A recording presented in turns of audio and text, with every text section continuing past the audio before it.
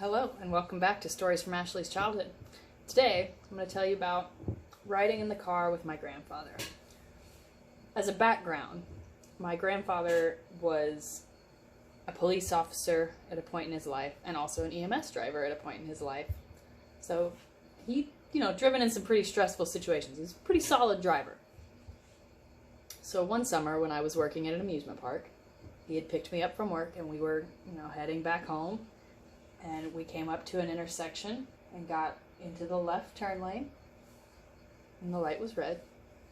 We came to a stop. And then we went. The light didn't turn green. The light was still very much red. We came to a stop and then we turned left through this intersection. I'm starting to get concerned. I'm like, do we take away the keys? Should he not be allowed to drive anymore? We just blatantly went through a red light. All the way through it. And I was like, Grandpa, you can't turn left through a red light.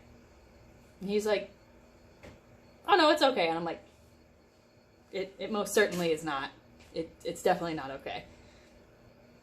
You can turn right on red. You can't turn left on red. And he's like, well, I turned right where I wanted to go. And I was like, that is not right where that is not the same thing.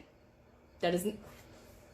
And then it occurred to me that if he were to say that to any police officer within 50 miles of this incident, they would all laugh and shake it off because he used to be a police officer. And then he clarified that as an emergency vehicle, you pull up, you stop, you make sure it's clear, and then you go. He's like, it's just embedded in my brain now. But every time I find myself waiting just a little too long to turn left at a red light, I think to myself, I would be turning right where I wanted to go. It was a little short one for you guys. Hope you enjoyed it. Cheers. Don't turn left at a red light. It's a bad idea.